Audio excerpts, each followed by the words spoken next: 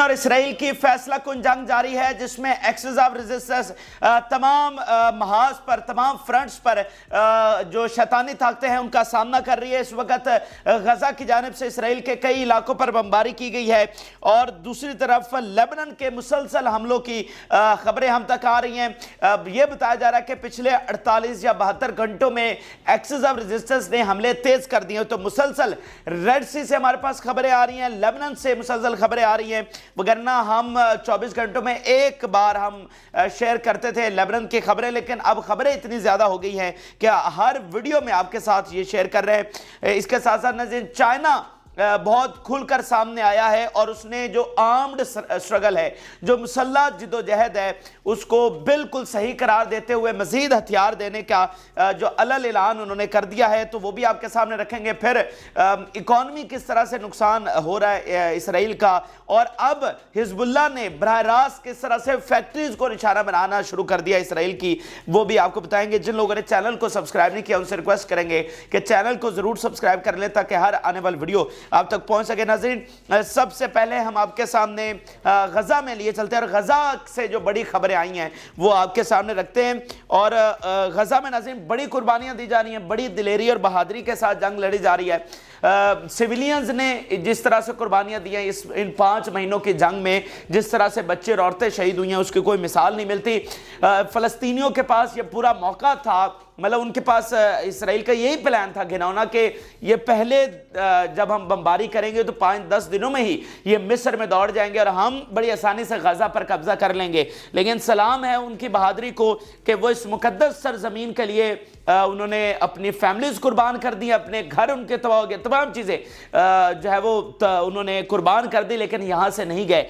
حالانکہ وہ میں کہتا ہوں کہ امت مسلمہ کا مقدمہ یہ لڑ رہے ہیں کہ جہاں پر ہمارا فرض تھا اور ہم نے کوئی اپنا فرض ادا نہیں کیا، اور انہوں نے اپنے بچوں کو قربان کر کے یہ فرض ادا کیا ہے اور وہیں پر ڈٹے ہوئے ہیں۔ ناظرین اس وقت جو بڑی لڑائی کی خبریں ہمیں آ رہی ہیں وہ زیتون کا علاقہ ہے۔ پہلے بھی ہم نے کچھ تفصیلات ایکسکلوسیولی جو شیئر کی گئی تھی وہ آپ کے سامنے رکھی تھی۔ اس وقت وہاں پر یعنی زیتون کے علاقے کو فتح کرنے کی پوری کوشش کی جا رہی ہے۔ کئی بار یہاں پر فورسز بھیجی گئی ہیں، ٹینکس اور سینکڑوں گاڑیاں یہاں پر بھیجی گئی ہیں، ٹینکس، اور ہزاروں کی تعداد میں فوج بھیجی گئی ہے، لیکن وہ مٹھی پر جو مزاحمتی تحریک کے فائٹرز ہیں ان کو نہیں ہرا پا رہی ہے۔ اس وقت جو زیتون سے تازہ تفصیلات ہے کہ زیتون fighting is going on Israel trying to conquer but still failed.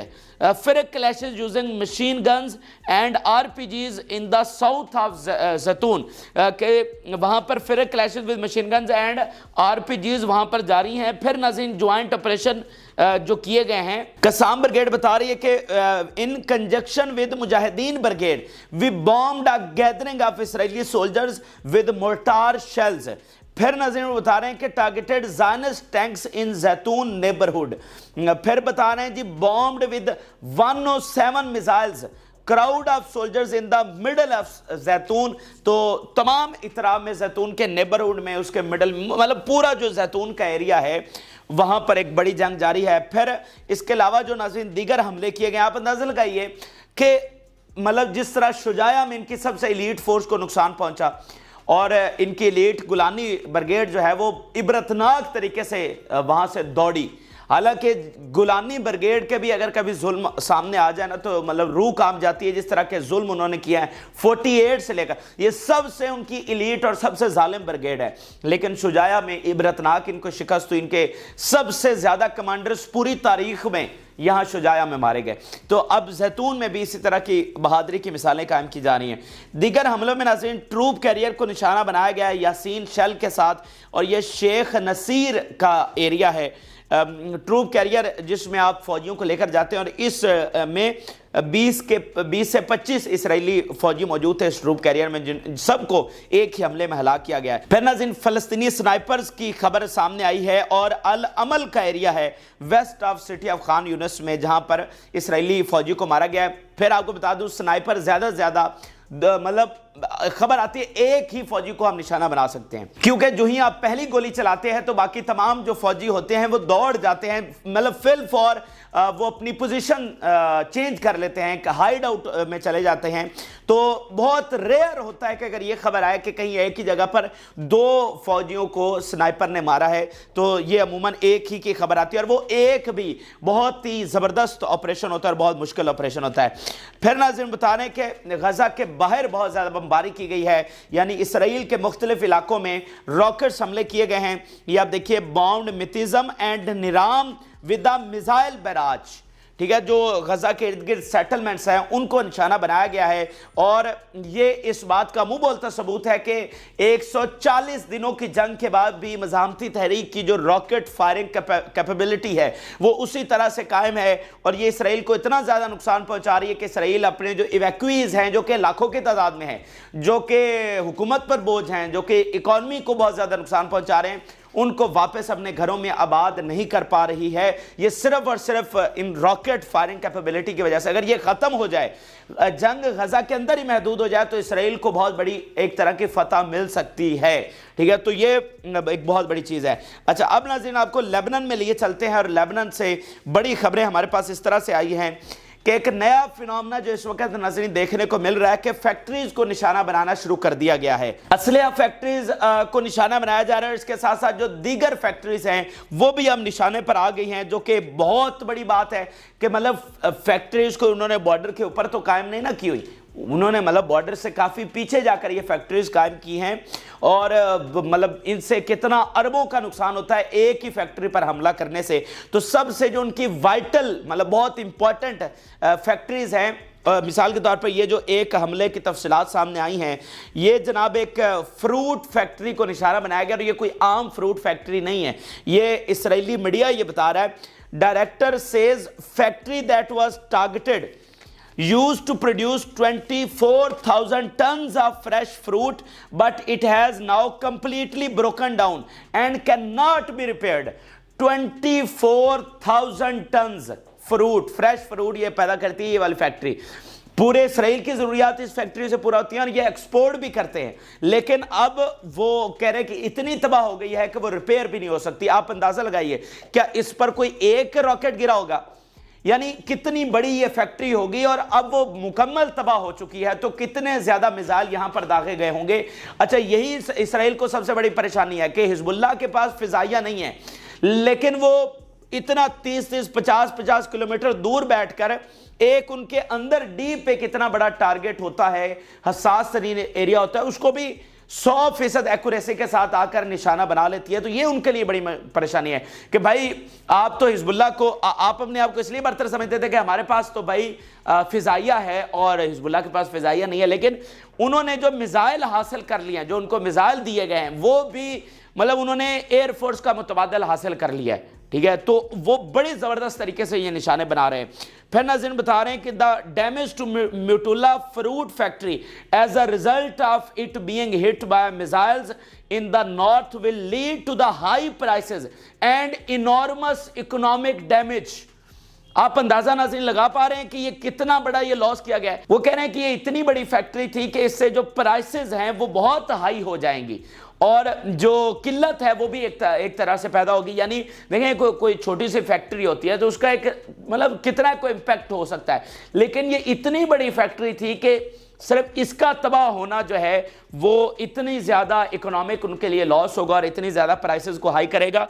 सो बात ये है कि अब इस तरफ उन्होंने अपने रॉकेट्स का रुख कर दिया है कि इनकी फैक्ट्रीज को उड़ाओ, चाहे वो असलिया की फैक्ट्रीज हैं या फिर दूसरी फैक्ट्रीज हैं जिनसे इनको बहुत ज़्यादा एक एक हमले से अरबों खरबों का इनको नुकसान हो। फिर नाज़रीन जो दीगर हमले किए गए हैं उनमें यह बताया जा रहा है कि इसराइली मीडिया बता रहा है 3 एनिमी टारगेट इंटरसेप्टेड इन गलीली फिंगर। अब ये ड्रोन्स भी हो सकते हैं जिनको वो एनिमी कह रहा है, तो डेफिनेटली उनके लिए तो एनिमी है, लेकिन वो बता रहा है कि गलीली फिंगर के इलाके में ये ड्रोन्स या रॉकेट्स वहाँ पर फायर हुए हैं। फिर हिजबुल्लाह बता रही है कि हमने कायला बैरक्स को टारगेट किया है with dozens of Katyusha rockets and achieved direct hits. फिर नाज़रीन इसराइली मीडिया बता रहा है कि रॉकेट्स लैंडेड इन किर्यात शमोना। अब ये जो लैंडेड का लफ्ज़ है ना, ये बहुत इंपॉर्टेंट है। लैंडेड से मुराद ये है कि आपका अरबों डॉलर का आयरन डोम नाकाम हुआ है, ठीक है, यानी वो हवा में तबाह नहीं हुए बल्कि आकर लैंड किए हैं और अपने टारगेट के साथ जाकर टकराए हैं। तो आपकी सिक्योरिटी, आपका डिफेंस मुकम्मल तौर पर तबाह हो चुका है। फिर नाज़रीन इसराइली मीडिया बता रहा है कि sirens sound for second time in areas adjacent to the upper Galilee following suspected infiltration and rocket launches, के एक एक जगह पर कई कई बार जो है वो हमले हो रहे हैं, इसलिए वो कह रहे हैं siren sound for second time adjacent to the upper Galilee area. तो रॉकेट्स भी आ रहे हैं और नाज़रीन मिसाइल भी मुसलसल उनकी जानिब से निशाना बनाया जा रहा है। और इस वक्त नाज़रीन जो बताया जा रहा है, जो मीडिया रिपोर्ट सामने आ रही हैं कि जो एक बड़ा फिनोमेना देखने को मिल रहा है, एक तो वो फैक्ट्रीज वाला है, दूसरा बिल्डिंग्स को निशाना बनाने वाला है, यानी सेटलमेंट के सेटलमेंट, उनके शहर के शहर खाली हो गए। तो इसराइली फौज जो है वो उन सेटलमेंट्स में मौजूद है, वो अपने रिवायती जो उनके मिलिट्री ठिकाने उससे हट कर, उनको छोड़कर जो सिविलियंस की बिल्डिंग्स हैं जो कि अब खाली हो चुकी है, उनमें वो पनाह ले रहे हैं ताकि इनको जो है ना टारगेट ना किया जा सके। लेकिन जो एक बड़ा फिनोमेना देखने को मिल रहा है कि हिजबुल्लाह और इस्लामिक रेजिस्टेंस वो ढूंढ ढूंढ कर उन बिल्डिंग्स को मॉनिटर कर रहे हैं, आइडेंटिफाई कर रहे हैं और फिर उन बिल्डिंग्स को निशाना बना रहे हैं, जिससे इसराइल बिल्कुल जो है बेबस हो चुका है कि अब इसका किस तरह से हल निकाला जाए। या अब हिजबुल्लाह बता रही है कि targeted building in which enemy soldiers were hold up. अब ये सबसे ज़्यादा निशाने इस्लामिक रेजिस्टेंस बना रही है और फिर दूसरे नंबर पर हिजबुल्लाह है जो इन बिल्डिंग्स को उड़ा रहे हैं। फिर नाज़रीन एक और बहुत बड़ा इंकशाफ किया है इसराइली मीडिया ने ही कि Yoav and Keila bases were targeted twice in a row in Golan Heights. जो पिछली वीडियो में हमने आपके साथ शेयर किया था कि गुलान हाइट्स पर अटैक किया गया है, तो इसराइली मीडिया मजीद वहां पर होने वाले नुकसान के बारे में बता रहा है कि 2 बेसिस को ट्वाइस यानी 2 मरतबा, यानी एक हमला हुआ देन फिर दोबारा फिर हमला किया गया, 2 मुख्तलिफ बेसिस को सिर्फ गुलान हाइट्स में निशाना बनाया गया है। तो ये मीडिया रिपोर्ट्स बता रही हैं वाज़ेह तौर पर कि हमले कितनी शिद्दत इख्तियार कर चुके हैं और वो बढ़ने ही बढ़ने हैं। देखें आप गजा का ऑपरेशन कितना करीब पहुंच चुका है, वहां पर बमबारी का आगाज कर दिया गया है, मतलब उधर गजा मिटने जा रहा है। एक मिसाल है कि वो तो अपने हिसाब से तो उनकी कैलकुलेशन यही है कि इस वक्त टाइम आ गया है अपना सदियों पुराना ख्वाब पूरा करने के लिए, गजा पर कब्जा करने के लिए। तो उनको लगता है कि अब हम गजा के लोगों को निकालने का ये हमारे लिए सही मौका है। तो इस तरह हिजबुल्लाह और बाकी वेट तो नहीं आप कर सकते। फिर नाज़रीन इकोनॉमिक लॉसेस के हवाले से एक और हेडलाइन देखिए, expectations that Fitch will lower Israel's credit rating after Modi's. अब ये फिच जो है नाज़रीन, ये दुनिया की 3 बड़ी जो रेटिंग एजेंसीज हैं जो इकोनॉमिक के हवाले से आपको इंडेक्स बताती हैं कि कौन सा मुल्क इकोनॉमिकली तरक्की कर रहा है, ग्रो कर रहा है, कौन सा उसकी इकॉनमी डिक्लाइन कर रही है। तो उसमें सबसे बड़ी एक मोडीज है, फिर एक जो है उनमें फिच है। ये मतलब एक 3 में ये एक शामिल है जो दुनिया की 3 बड़ी हैं। तो अब वो बता रहे हैं कि इससे पहले मोडीज ने इनकी रेटिंग डाउन की थी और अब फिच भी करने जा रही है। यानी इसका मतलब यह है कि वहां पर जो फॉरेन इन्वेस्टमेंट है वो रुकेगी, वहां पर बेरोजगारी हो रही है, महंगाई हो रही है और पूरी तरह से उनकी जो इकॉनमी है वो डिक्लाइन की तरफ जा रही है। तो आप अंदाजा लगाइए ये बात कहां से कहां चली जाएगी। मतलब ये हंड्रेड्स ऑफ बिलियंस तक इनकी बात जाने वाली है। जिस तरह से मतलब ये इंडेक्स है ना, ये इंडेक्स बता रहा है कि उनकी इकॉनमी इतना उसको डैमेज हुआ है कि उसकी रेटिंग उन्होंने मतलब डाउन कर दी है। सो इनको तमाम महाजों पर शिकस्त दी जा रही है। पहले में मैंने शायद एक बार मिसाल दी हो कि रशिया जो है यानी सोवियत यूनियन जब वो था तो सोवियत यूनियन अफगानिस्तान में जंग लड़ रहा था, लेकिन अफगानिस्तान की जंग खत्म हुई तो सोवियत यूनियन भी टूट गया। हालांकि अफगानिस्तान की फौजों ने जाकर सोवियत यूनियन को नहीं तोड़ा या अफगानिस्तान की फौजें मॉस्को नहीं पहुंची थी। सिर्फ वजह क्या थी कि एक तरफ उसने जंग लड़ी, साथ उसकी इकॉनमी तबाह होती रही और जब जंग खत्म हुई तो वो इतने बड़े एम्पायर को, चूंकि इकॉनमी उसकी तबाह हो चुकी थी और फिर जंग हार गया, तो दोनों चीजों ने इसके मुल्क को तोड़ दिया। तो बिल्कुल इसी तरह इनके साथ भी यही होना है। एक तरफ इकॉनमी तबाह हो रही है और साथ ये जंग हार रहे हैं और जब मुकम्मल जंग हारेंगे तो फिर इनके लिए यहां पर कुछ भी नहीं बचना और वो اس بات کو سمجھتے ہیں، اسی لیے تو صہیونی لابی اپنی ساری صدیوں کی کمائی گئی دولت جھونک رہی ہے کہ اسرائیل کو بچاؤ بھئی، ہم نے صدیاں لگا کر جو کام کرنا تھا، جو زائنسٹ لابی ہے کہ ہم نے ہیکل سلیمانی تعمیر کرنا ہے، ہم نے صدیاں دولت اسی لیے جمع کی ہے، تو ہم ساری دولت لگائیں گے لیکن اسرائیل کو بچاؤ، لیکن یہ بچتا ہوا نظر نہیں آ رہا۔ ان کو پتا ہے کہ اگر یہ جنگ ہم ہار گئے تو پھر یہاں پر ہماری کوئی زندگیاں نہیں ہوں گی، یہاں سے ہمیں نکلنا پڑے گا۔ پھر ناظرین، چائنا کی جانب سے بہت بڑی چیز سامنے آئی ہے، اور چائنا نے محض ایک سٹیٹمنٹ سے پورے اسرائیلی، مغربی اور امریکی جو بیانیہ ہے اس کو زمین بوس کر دیا ہے۔ اربوں لگا کر جو بیانیہ بنایا گیا اس کو کس طرح سے زمین بوس کیا گیا۔ یہ ناظرین جو سٹیٹمنٹ سامنے آئی ہے، Palestinians have right to armed struggle against Israel, China tells. اب یہ اتنی بڑی سٹیٹمنٹ ہے کہ جو پوری دنیا کے میڈیا میں زینت بنی ہوئی ہے اور ایک ڈیبیٹ بن چکی ہے، کیونکہ اس کو ذرا سمجھ لیجئے کہ یہ کتنی بڑی بات ہے۔ ساری جو جنگ چل رہی ہے یا جو 100 سالہ بیانیہ ہے وہ اس ایک سٹیٹمنٹ کے اوپر کھڑا ہوا ہے۔ مغرب اور اسرائیل یہ بیانیہ بناتا ہے کہ یہ دہشت گرد ہیں، انہوں نے جی ہتھیار اٹھائے ہوئے ہیں تو ان کو کوئی اس چیز کا حق حاصل نہیں ہے۔ تو چائنا نے بالکل صاف الفاظ میں کہا ہے کہ ان کو ہتھیاروں کے ساتھ جدوجہد کرنے کا، یعنی مسلح جدوجہد کرنے کا پورا حق ہے۔ یعنی مغرب نے حماس کو ٹیررسٹ کہا ہوا ہے۔ کیوں کہا ہوا ہے؟ کہ وہ لڑ رہے ہیں ہتھیار اٹھائے ہوئے۔ تو چائنا کہہ رہا ہے دے آر ناٹ ٹیررسٹ، ان کو آرمڈ اسٹرگل کا یہ ایک حق حاصل ہے۔ تو یہ بہت بڑی بات ہے۔ آپ صرف اس بات سے اندازہ لگائیے یہ کیسا ظلم ہے کہ جن کی زمین تھی ان کی زمین آپ نے چھین لی، ان کی فیملیز کو شہید کر دیا، اب وہ اس کو واپس لینے کی کوشش کر رہے ہیں، تم ان کو دہشت گرد کہہ رہے ہو، اور جو تم نے قبضہ کر رکھا ہے وہ ٹھیک ہے۔ یعنی آپ اس وقت دیکھیں نا کہ مقدس مقام اقصی پر جانے کے لیے پابندی لگا دیا، تو وہ ٹھیک ہے۔ اگر مسلمان وہاں پر جانے کے لیے کوشش کریں تو پھر وہ دہشت گرد ہو جائیں گے۔ اور آپ دیکھیے یہ کیسا، دیکھیں سب سے جو بڑی چیز ہے وہ بیانیہ۔ آپ اگلی مثال آپ دیکھیں، یعنی انہوں نے کس طرح پروپیگنڈا پھیلایا، کس طرح گمراہی پھیلا کر عیسائیوں کو اپنے ساتھ ملایا۔ یعنی آپ دیکھیں کہ اصل میں لڑائی عیسائیوں اور یہودیوں کی تھی، یعنی ایک یہودی مذہب تھا، اس کے بعد عیسائیت آیا، تو اصل جو جھگڑا تھا وہ تو یہودی اور عیسائیوں کا تھا، اور عیسائیوں نے ان کو یہاں سے نکالا تھا اس زمین سے۔ ان کو کس نے بے دخل کیا؟ وہ عیسائیوں نے کیا، اور عیسائیوں نے ان کے یہاں پر داخلے پر پابندی لگا رکھی تھی۔ اور آپ اگر پیچھے ہسٹری میں جائیں تو جب مسلمانوں نے یہ فتح کیا ہے اور حضرت عمر فاروق رضی اللہ تعالیٰ عنہ یہاں پر آئے ہیں، تو آپ کو پتہ ہے کہ عیسائیوں نے کیا شرط رکھی تھی؟ عیسائیوں نے کہا تھا کہ ہم چابیاں آپ کے حوالے کر رہے ہیں، لیکن ہماری صرف ایک شرط ہے کہ یہاں پر یہودی نہیں آ سکیں گے، یہودیوں کو آپ نے یہاں پر نہیں آنے دینا۔ تو حضرت عمر فاروق نے الٹا ان کو جو ہے وہ ایک طرح سے تھوڑی سی لیوریج دیتے ہوئے یہ کہا کہ چلیں ہم ان کو اجازت دیں گے کہ وہ یہاں پر آ جائیں، لیکن ہم ان کو یہاں پر بسنے نہیں دیں گے۔ یعنی انہوں نے عیسائیوں کی بات کے خلاف جا کر ایک طرح سے ان کو اجازت دی کہ چلیں آپ آ جائیں، آپ کا بھی مقدس مقام جس کو آپ سمجھتے ہیں آپ آئیں۔ عیسائیوں نے تو ان کو آنے کی اجازت نہیں دے رکھی تھی، تو یہ تو مسلمانوں نے ان کو اجازت دی۔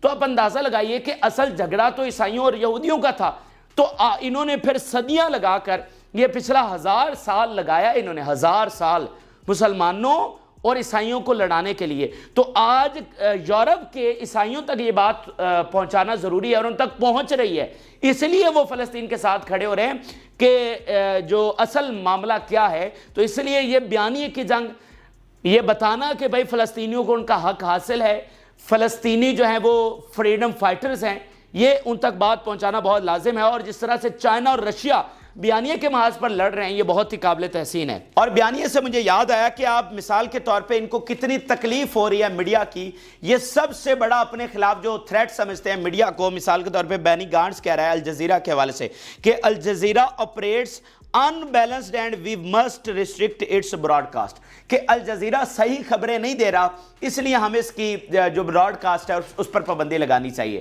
تو آپ دیکھیے نا کہ الجزیرہ سب سے زیادہ جو صحیح رپورٹنگ کر رہا ہے، اور ان کے سیاہ چہرے اس دنیا کے سامنے اگر کسی نے دکھائے ہیں تو اس کا سارا کریڈٹ جو ہے وہ الجزیرہ کو جاتا ہے۔ یہ جو دنیا میں اتنا بڑا بیانیہ بنا ہے اس کا سارا کریڈٹ الجزیرہ کو جاتا ہے۔ تو ان کو الجزیرہ سے اس وقت سب سے بڑا مسئلہ ہوا ہے کہ یہ حقائق کیوں دکھا رہا ہے، اور جب पहला दौरा, सबसे पहला दौरा एंटनी ब्लिंकन ने किया था मिडल ईस्ट का, तो उसने कतर में जाकर कतर के जो अमीर हैं उनसे जब मुलाकात हुई थी तो कहा था कि आप अल जजीरा, जो अल जजीरा है वो कतर का है, तो कतर के अमीर को कहा गया था ब्लिंकन की जानिब से, और फिर बाद में जो है एक बार फिर भी फ़ोन करके कहा कि आप अल जजीरा को रोकेंगे, ये ज़्यादा इतनी रिपोर्टिंग ना करे।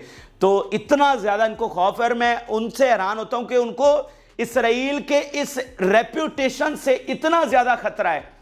आप बात इस बारीकी को समझिए कि वो एंटनी ब्लिंकन अमीर कतर के पास जाता है और उसको कहता है कि अल जजीरा को रोको, यानी इसराइल की रेप्यूट इतनी मैटर करती है, इसराइल का इमेज जो है वो इतना ज़्यादा मैटर करता है, लेकिन ना ही कतर पीछे हटा और ना ही अल जजीरा पीछे हटा, और उन्होंने ये जो पूरी ब्रॉडकास्ट है, पूरी जो कवरेज है वो जारी रखे हुए हैं, और ये इनकलाब ला चुका है। ये जो अल जजीरा है ना, इसने दुनिया में इनकलाब पैदा कर दिया जिस तरह की वहाँ पर हक और सच की रिपोर्टिंग इसने की है। और अब आप देखिए कि एक नया फिनोमेना जो देखने को मिल रहा है कि इन पर स्पोर्ट्स बैन लग रहा है। स्पोर्ट्स में बहुत सारे ऐसी फेडरेशन हैं, अभी आइस हॉकी फेडरेशन है नाज़रीन, उसने इसराइल पर बैन लगा दिया है इनके मेंबरशिप पर। और मुख्तलिफ स्पोर्ट्स में हम ये देख रहे हैं जहाँ पर इनकी टीम जाकर शिरकत करती है तो ये देखने को मिलता है कि वहां जो दूसरी टीम के खिलाड़ी हैं वो इनसे हाथ नहीं मिलाते, ठीक है, मतलब वो इनसे हाथ मिलाना पसंद नहीं कर रहे। दुनिया भर में क्रिकेटर्स हमने देखा है, फुटबॉलर्स हमने देखा है, ओलंपिक्स में हमने देखा है कि किस तरह से खड़े हो रहे हैं। तो ये सारा कुछ मगरब में हो रहा है। तो मगरब में क्यों हो रहा है? क्योंकि हक और सच उन तक पहुंच रहा है, इसलिए ये बहुत इंपॉर्टेंट है, जिसको चाइना और रशिया आगे लेकर बढ़ा रहे हैं, जिसको किसी हद तक तुर्की आगे लेकर बढ़ रहा है। क्योंकि देखें, ईरान की बात को मगरब में उतना नहीं सुना जाएगा, ये बात आप ज़हन में रखें। ईरान की बात को मगरब में उतना नहीं सुना जाएगा जितना तुर्की की बात को सुना जाएगा, या जो मगरब में बैठे हैं, जो आयरलैंड है, जो स्कॉटलैंड है, जो नॉर्वे है, जो बेल्जियम है, जब वो बात करेंगे तो उनकी बात को मगरब में सुना जाएगा, ठीक है। तो ये बड़ी वैल्यूएबल चीज़ें हैं। तो बहरहाल ये अहम तरीन और ताज़ा तरीन हक़ाइक़ हैं जो आपके साथ शेयर किए। आप अपनी राय ज़रूर आगाह करें। जिन लोगों ने चैनल को सब्सक्राइब नहीं किया उनसे रिक्वेस्ट करेंगे कि चैनल को ज़रूर सब्सक्राइब कर लें ताकि हर आने वाली वीडियो आप तक पहुँच सके। इजाज़त, अल्लाह हाफ़िज़।